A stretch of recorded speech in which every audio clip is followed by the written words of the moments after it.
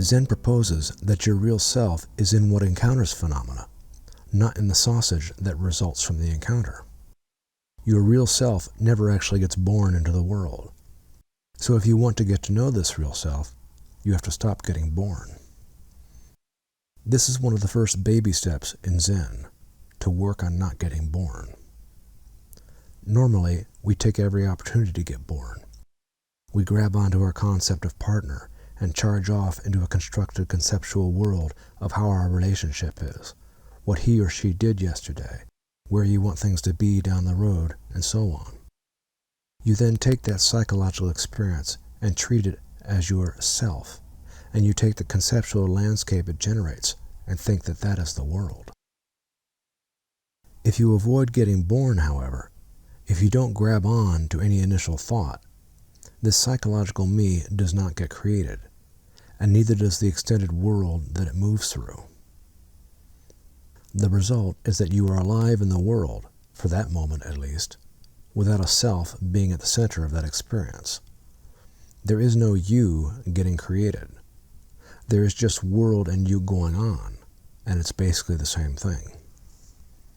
In these moments of you, there is no grabbing on, no struggling, no arranging of people and objects around you, no movement towards a future self, no pushing and pulling.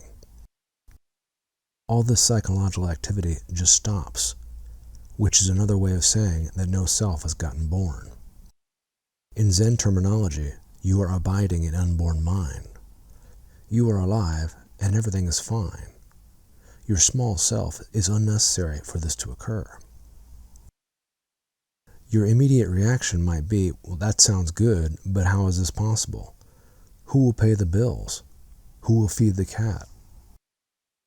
Zen proposes your unborn mind is already paying the bills, feeding the cat, raising your children, and making coffee in the morning. Your unborn mind is operating flawlessly, illuminating everything. The phrase unborn mind was coined by Zen master Bankei.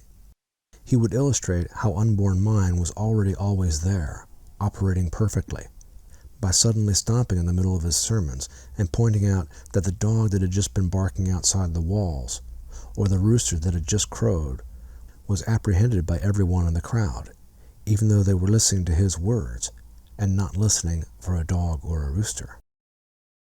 People would journey on foot for many days from all over Japan to hear Bankei, and he would point out to them that along the way they talked to their companions, they ate, they slept in the forest, and so on, and all the time never actually thought about how their legs were carrying them towards their destination, and yet here they were.